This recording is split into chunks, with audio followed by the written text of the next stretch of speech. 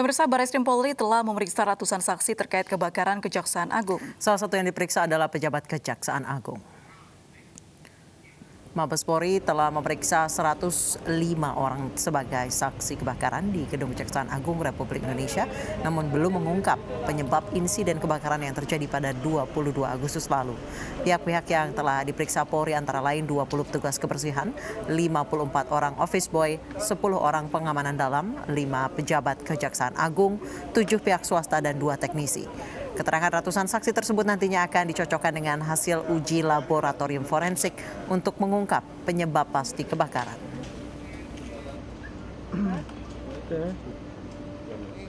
Kami dapatkan informasi terkait dengan saksi yang dilakukan pemeriksaan ada sekitar 105 saksi yang sudah dilakukan pemeriksaan. Jadi kita kerja ini paralel. Penyidik melakukan pemeriksaan saksi, kemudian lapor. Tentunya tadi kemarin yang kita sudah sama-sama lihat, mereka melakukan olah TKP, baik itu tahap 1, tahap 2. Mereka dikumpulkan temuan-temuannya di lapangan, kemudian selanjutnya dilakukan analisa di Puslapor Barreskrim Polri. Dari sanalah nanti baru mereka akan menentukan bahwasannya kasus ini terkait dengan bencana atau ada unsur kenyamanan. Kita sama-sama lihat nanti. Semua di-matchkan. Keterangan dari saksi, kemudian hasil di lapangan, olah TKP bagaimana nanti sama-sama kita lihat. Tahu ada musibah kebakaran gedung utama kami. Pak Jaksa Agung berulang kali menyampaikan bahwa walaupun gedung utama Kejaksaan Agung terbakar, tetapi tidak akan mengganggu kinerja kami selaku pegawai kejaksaan. Pemirsa, Komisi Nasional Perlindungan Anak atau Komnas PA mengeluarkan surat edaran yang berisi seruan menghentikan menggunakan istilah anjay. Surat edaran penghentian kata anjay mendapatkan tanggapan beragam dari warganet dan juga anggota DPR.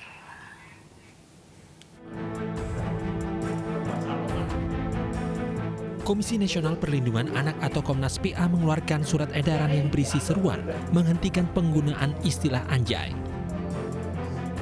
Dalam edaran yang dikeluarkan 29 Agustus lalu, Komnas PA meminta publik menghentikan penggunaan istilah anjay untuk tujuan merendahkan dan melecehkan. Keluarnya surat dari Komnas PA yang merupakan organisasi independen dan berbeda dengan KPAI merupakan lembaga negara membuat heboh media sosial. Banyak yang protes beredarnya surat penghentian istilah anjay dari Komnas PA, namun warganet justru salah sasaran. Banyak warganet yang mengaitkan pelarangan istilah anjay dengan Komisi Perlindungan Anak Indonesia atau KPAI. Ini ditempatkan bagaimana kata istilah anjay itu? Lalu bermakna apa? Jadi dua itu kita kaji. Nah ternyata ada sebagian gitu keresahan yang muncul itu, istilah anjay itu digunakan untuk merendahkan martabat di kalangan mereka setelah mereka berkomunikasi dan dapat merugikan dan mengarah pada bully, lalu kemudian menumbuhkan atau menciptakan ujaran kebencian dan bahkan persekusi gitu. Nah, ketika itu bermakna seperti itu, Komnas ambil sikap secara langsung untuk melarang menggunakan itu. Dalam surat edaran, Komnas PA menyatakan jika istilah anjay digunakan untuk merendahkan martabat seseorang, maka termasuk kekerasan verbal dan dapat dilaporkan sebagai tindak pidana. Polemik penggunaan istilah anjay membuat sejumlah anggota DPR angkat bicara. Salah satunya adalah Arsul Sani, anggota Komisi 3 DPR RI fraksi P3. Menurutnya anggapan penggunaan kata anjay bisa dipidana adalah berlebihan.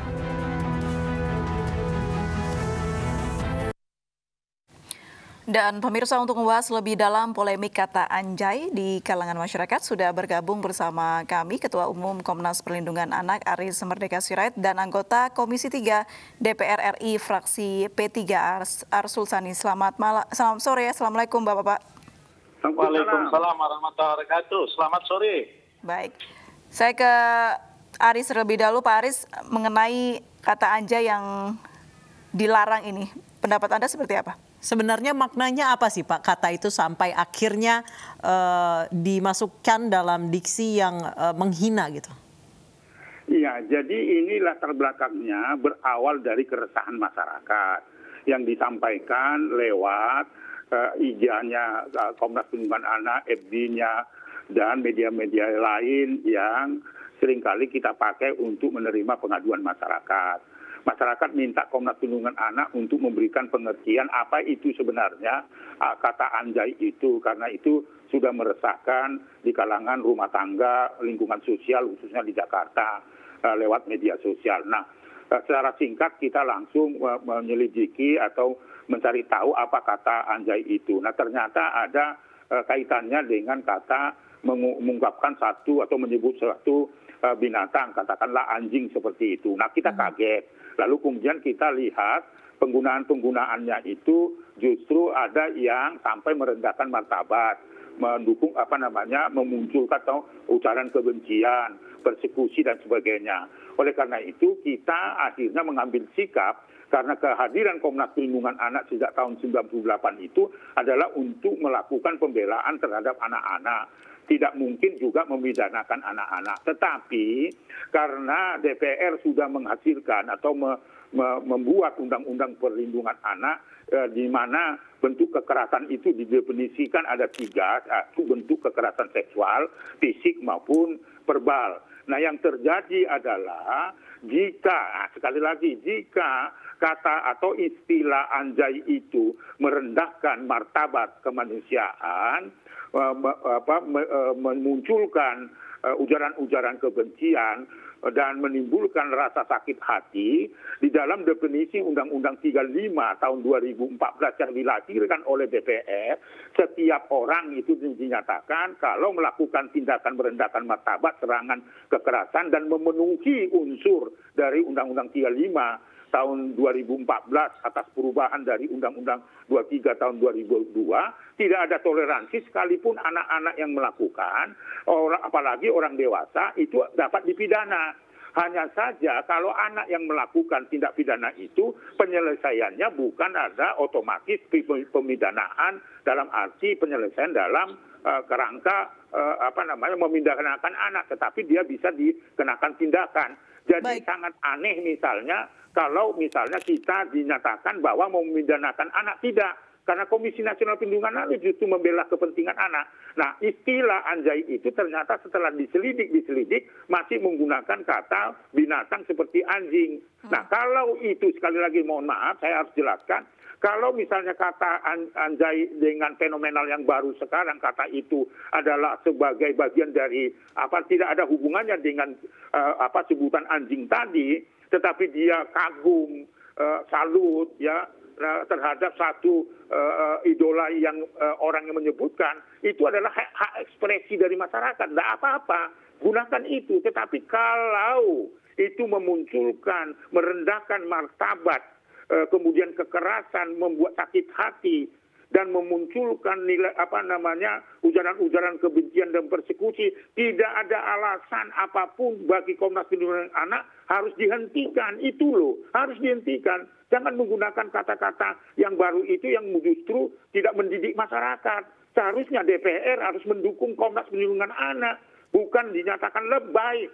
Ini gagal paham. Maaf Pak Asrul, ya maaf Pak Asrul, Anda sahabat saya, tetapi dalam konteks ini kita berbeda. Kita berbeda. Setiap orang yang melakukan kejahatan terhadap anak harus dinyatakan itulah bisa dimasukkan dalam ranah pidana. Itu loh yang mendorong Komnas Perlindungan Anak, sekalipun ratusan ribu sekarang menghujat Komnas Perlindungan Anak yang seolah-olah kita dinyatakan mencari popularitas. Tidak. Saya kira Pak Asrul kenal betul siapa Komnas Perlindungan Anak, apalagi saya berkenalan dengan pribadi dengan baik. Saya hormati beliau sebagai orang juga pejuang dari penegakan hukum. Seperti itu saya kira. Silakan Pak Arsul. Pak Arsul langsung saja Pak. Nah, jadi begini ya, kita itu tentu maksud yang baik gitu ya, untuk katakanlah melakukan edukasi termasuk terhadap anak-anak kita ya, itu pendekatannya mesti tepat. Jangan sedikit-sedikit itu pendekatannya hukum pidana. Ya, sebab hukum pidana, siapapun yang belajar hukum pidana itu adalah ultimum remedium, itu alat yang paling akhir. Pertanyaan saya sepakat bahwa kata-kata yang tidak baik ya, termasuk anjay atau bahkan yang sudah umum sekalipun ya, kita sering kali kan tiap saat bahkan mendengar kata jancuk misalnya yang populer ya di Jawa Timur. Itu kan kalau kita selidiki kurang itu maksudnya kan juga kurang baik. Tapi kan kemudian dalam perkembangan pergaulan masyarakat itu kan juga menjadi kata-kata yang bergaul ya. Kalau kemudian yang seperti itu kemudian diancam bisa dipidanakan dan segala macam, maka ingin saya sampaikan bahwa itu justru tidak bersesuaian dengan politik hukum pidana kita yang ingin kita kembangkan ke depan. Kenapa? Karena politik hukum pidana kita ke depan itu yang ingin kita kembangkan adalah pendekatan keadilan restoratif. Pendekatan keadilan restoratif itu maknanya adalah ada sesuatu yang bahkan sudah bisa dipastikan merupakan peristiwa pidana, tetapi penyelesaiannya bukan dengan proses peradilan pidana ya, dengan proses-proses penyelesaian lain. Lah ini soal anjay itu bisa dipidanakan atau enggak kan baru pendapatnya Pak Aris Merdeka Sirait, bukan pendapatnya ahli bahasa. Pak Aris Merdeka Sirait kan bukan ahli bahasa yang bisa kemudian menyimpulkan bahwa itu kata yang bermakna merendahkan dan lain sebagainya. Apalagi yang bukan ahli bahasa pun itu kan tentu ya bisa memahami bahwa sesuatu kata itu meskipun bahkan itu kalau dalam situasi tertentu itu maknanya tidak baik, katakanlah kata anjing itu tidak baik. Tapi kan tidak berarti kemudian setiap orang yang memakai kata anjing itu terus bisa dipidanakan atau terancam pidana, kan tidak seperti itu. Lihat kita konteksnya, lihat kita situasi sosialnya. Kalau kita bicara bahwa itu bisa dipidanakan, bisa saja. Bahkan tidak usah merujuk pada Undang-Undang Perlindungan Anak. Di dalam KUHP kita itu ada pasal 335, perbuatan tidak menyenangkan. Itu pasal keranjang sampah yang sampai sekarang masih ada. Bisa, tapi kita ini jangan gampang-gampang dengan gagah-gagahan mengatakan sedikit-sedikit, oh itu bisa dipidanakan. Nanti ya negara kita itu penuh dengan overkriminalisasi. Hal-hal yang tidak perlu kita kriminalkan, kita kriminalkan. Jadi kita ini biasa saja, tetapi bahwa penggunaan kata anjay yang kalau dimaksud itu tidak pas, tidak baik, bisa merendahkan, ya mari kita edukasi masyarakat ya dengan baik. Kita edukasi anak-anak kita, dan itu bagian dari tugasnya Komnas Perlindungan Anak, tapi bukan dengan ya mengedepankan ancaman pidana. Itu saja yang ingin saya sampaikan ya. Baik Pak Aris, silakan. Terima kasih Pak Asrul, terima kasih. Kita satu visi, satu bahasa terhadap ini. Tetapi tidak ada toleransi Pak, itu perintah undang-undang. Siapapun yang, sekali lagi diingatkan, rilis saya mengatakan, setiap kali orang yang menggunakan kata anjay dan terbukti dan unsurnya terpenuhi apa yang didefinisikan di dalam Undang-Undang 35 tahun 2014, tidak ada toleransi untuk mengampuni itu. Tetap harus dijalani sesuai dengan prosedur hukum pemidanaan. Jadi pemidanaan itu tidak serta-merta itu karena anak-anak atau karena dewasa.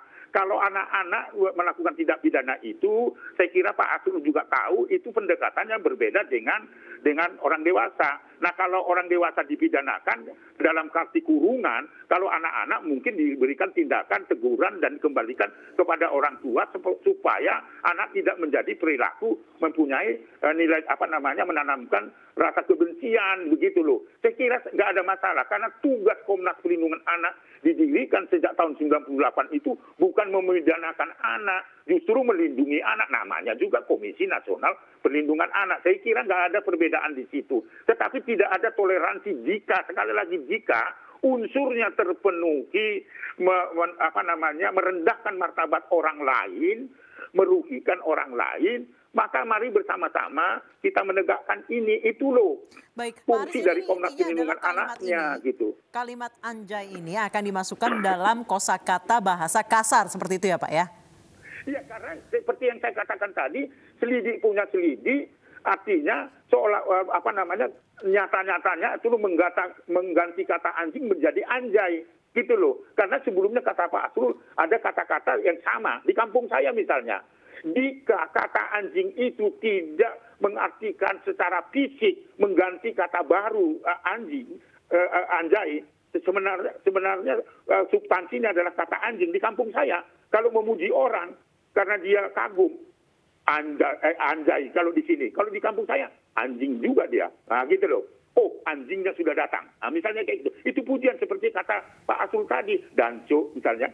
Kan ya banyak bahasa-bahasa. Nah, dengan kritik Komnas Perlindungan Anak meluruskan ini untuk juga meluruskan kata-kata yang di luar kata anjay itu yang dapat merendahkan martabat orang. Baik. Jadi kalimat ini yang biasa yang sering menjadi sapaan antar anak muda atau antar anak kecil ini sebaiknya dihilangkan gitu, Pak.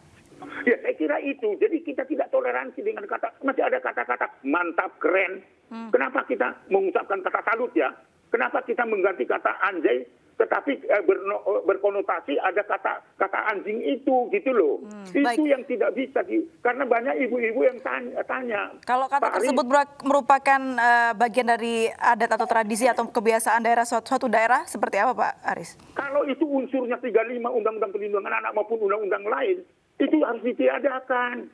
Nggak bisa toleransi terhadap itu karena faktor budaya, nggak bisa. Penegakan hukum tidak boleh alasan apapun. Harus tegas.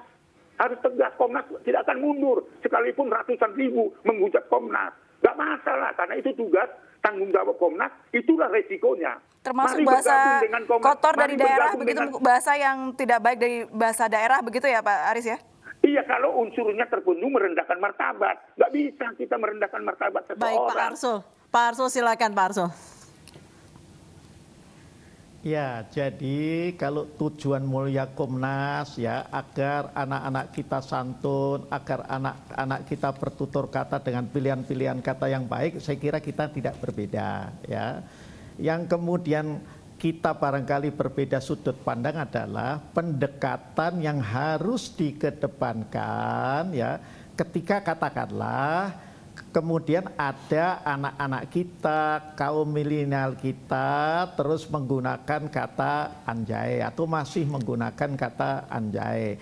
Nah, ini menurut saya pendekatannya yang utama dan ini menjadi tugas kita bersama, utamanya juga tugas Komnas Perlindungan Anak itu untuk melakukan edukasi kampanye. Nanti bekerja sama dengan katakanlah instansi pemerintahan terkait, itu saya setuju saja, tetapi jangan pada tingkatan pertama kita sudah melakukan ancaman pidana. Itu kan baru penafsiran bahwa anjay itu merupakan salah satu ekspresi yang mengandung kekerasan verbal. Itu kan baru penafsirannya Pak Aris dan kawan-kawan di Komnas PA. Belum tentu juga ya ahli bahasa akan menafsirkan seperti itu dalam proses pidana, karena sekali lagi akan dilihat suasana kebatinan, suasana situasi sosialnya ketika misalnya kata-kata seperti itu dilontarkan. Jadi nah apalagi ke depan ini kan kami ini kan di Komisi 3 juga sedang menyelesaikan KUHP yang baru ya, Undang-Undang Hukum Pidana, ada buku 1 ya. Di sana itu meletakkan pendekatan baru dalam soal-soal yang terkait dengan dugaan adanya tindak pidana yang saat ini saya sebutkan sebagai pendekatan keadilan restoratif. Itu loh. Itu. Baik, saya ke Pak Aris. Pak Aris, apakah Anda rencana untuk membawa kalimat anjay ini berdiskusi dengan ahli bahasa, kemudian mengajukan untuk agar kata ini tidak lagi digunakan dan berkekuatan hukum gitu Pak? Iya, saya kira hari ini karena itu banyak netizen untuk meminta kita penjelasan itu, saya kira seperti apa yang dikatakan oleh Pak Asrul tadi, selain kami akan ketemu dengan Komisi 3 tentu untuk menjelaskan ini, bahwa tidak ada niatan bahwa kita mau outputnya adalah semua menggunakan kata anjay untuk dipidana, tidak itu.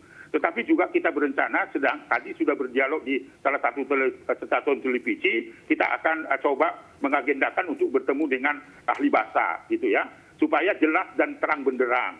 Saya kira ini harus dilakukan oleh Komnas. Komnas tidak boleh berhenti untuk mengatakan itu, sekalipun pro dan kontra.